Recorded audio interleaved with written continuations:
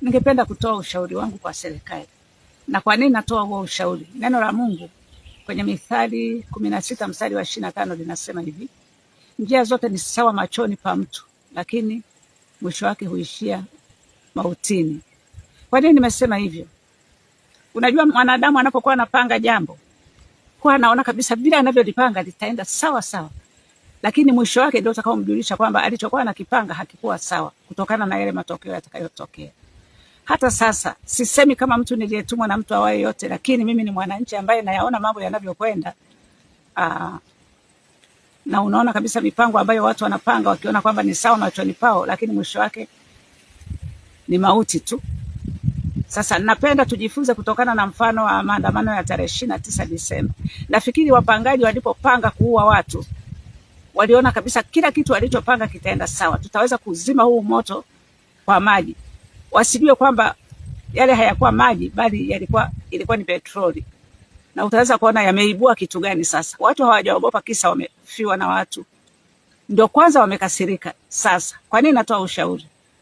Waliweka lockdown, wakazima mitandao, kitu ambacho napenda kuishauri serikali kwamba isirudie kitu kama hicho, kwa sababu kama mmeweza kusomesha watu wenu wenyewe na mkasema kwamba watu wasome lakini hakuna ajira serikalini, serikali haina ajira ya kuajiri bali wajiajiri wenyewe. Ina maana kuna watu wamejiajiri kupitia kufanya kazi mitandaoni, na mnapozima mitandao ina maana hawawezi kufanya kazi. Sio hivyo tu, lakini kuna watu wenye biashara ndogo ndogo inabidi watoke ndio waweze kuuza biashara zao, wapate pesa za kuweza kununulia chakula na familia zao. Sasa mnapokuwa mnazuia watu kwenye lockdown kwamba wasitoke, mnashindwa kuelewa kwamba wananchi wenu ni maskini kiasi gani hata muachie waweze kufanya biashara ndogo ndogo, waweze kujikidhi mahitaji yao. Wengine tunajua kwamba mna pesa za kutosha tu, kwa sababu tangu tumesikia ripoti za CAG huko bungeni kwamba pesa za serikali zimeibiwa, hatujawahi kuona mtu yeyote aliyeshtakiwa au kwamba pesa zile zilirudishwa kwa namna moja ama nyingine. Ina maana ziko mifukoni mwa watu na wao wanakula tu, hawana shida yoyote jambo lolote likitokea. Hata mkizima mitandao, wao wana chakula majumbani kwao. Lakini mnashindwa kuelewa kwamba hao watu wadogo wadogo hawana uwezo. Inabidi kula kwake ni maadamu itwapo leo atoke akafanye kazi ndio aweze kula. Sasa mnapoweka lockdown inakuwa sio sahihi. Ndio maana hata Magufuli